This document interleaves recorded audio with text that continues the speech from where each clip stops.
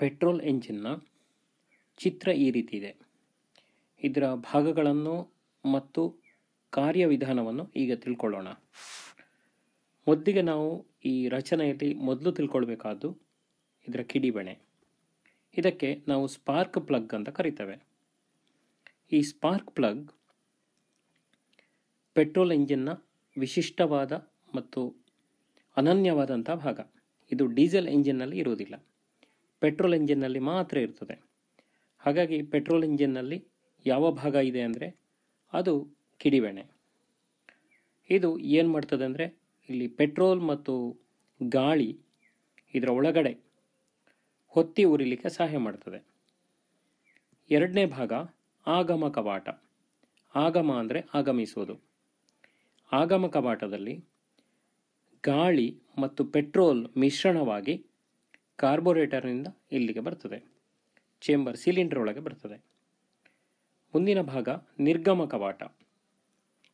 Petrol ಮತ್ತು ಗಾಳಿ ಉರಿದ ಮೇಲೆ ಉಳಿದ ಹೊಗೆಯು ಈ ಕವಾಟದ ಮೂಲಕ ಹೊರಗೆ ಬರ್ತದೆ.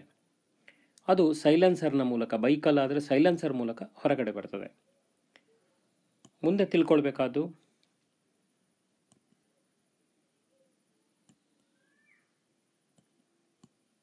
ಪಿಸ್ಟನ್.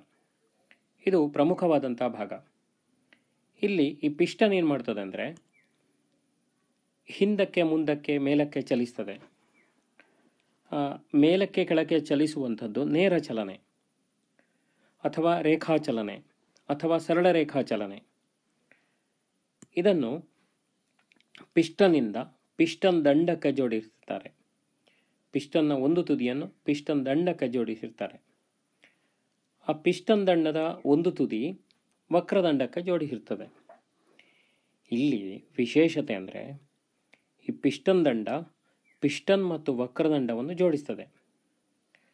ಈ ವಕ್ರದಂಡದ ಕೆಲಸವೇನೆಂದರೆ ರೇಖಾಚಲನೆಯನ್ನು ವೃತ್ತೀಯ ಚಲನೆ ಎನ್ನಾಗಿ ಪರಿವರ್ತಿಸುವಂಥ ಒಂದು ಅದ್ಭುತವಾದಂಥ ಒಂದು ಭಾಗ ಅದು.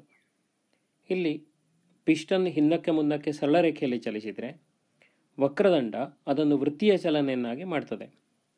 ಪಿಸ್ಟನ್ ದಂಡ ಪಿಸ್ಟನ್ ಮತ್ತು ವಕ್ರದಂಡವನ್ನು ಒಟ್ಟಿಗೆ ಜೋಡಿಸ್ತದೆ ಎರಡು ತುದಿಗಳಲ್ಲಿ. ಈಗ ಇದು ಪೆಟ್ರೋಲ್ ಎಂಜಿನ್ನ ಒಂದು ರಚನೆ ಮತ್ತು ಇದರಲ್ಲಿ ನಡೆಯುವಂಥ ಕಾರ್ಯವಿಧಾನ.